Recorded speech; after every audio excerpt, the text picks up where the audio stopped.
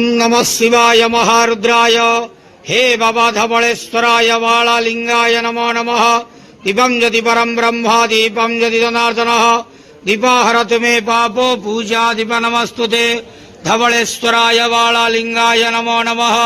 संसार सुखी रखंतु।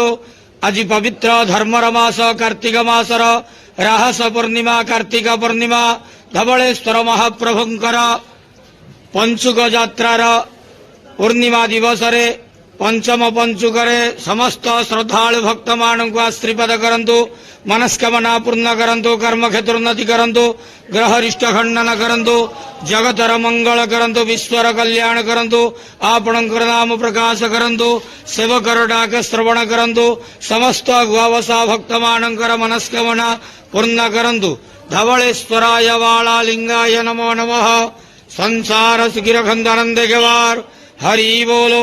पवित्र राहस पूर्णिमा कार्तिक पूर्णिमा शुभ बुधवार रे समस्त श्रद्धालु भक्त मानक आशीर्वाद करंतु आनंद गेवार। हरि बोलो।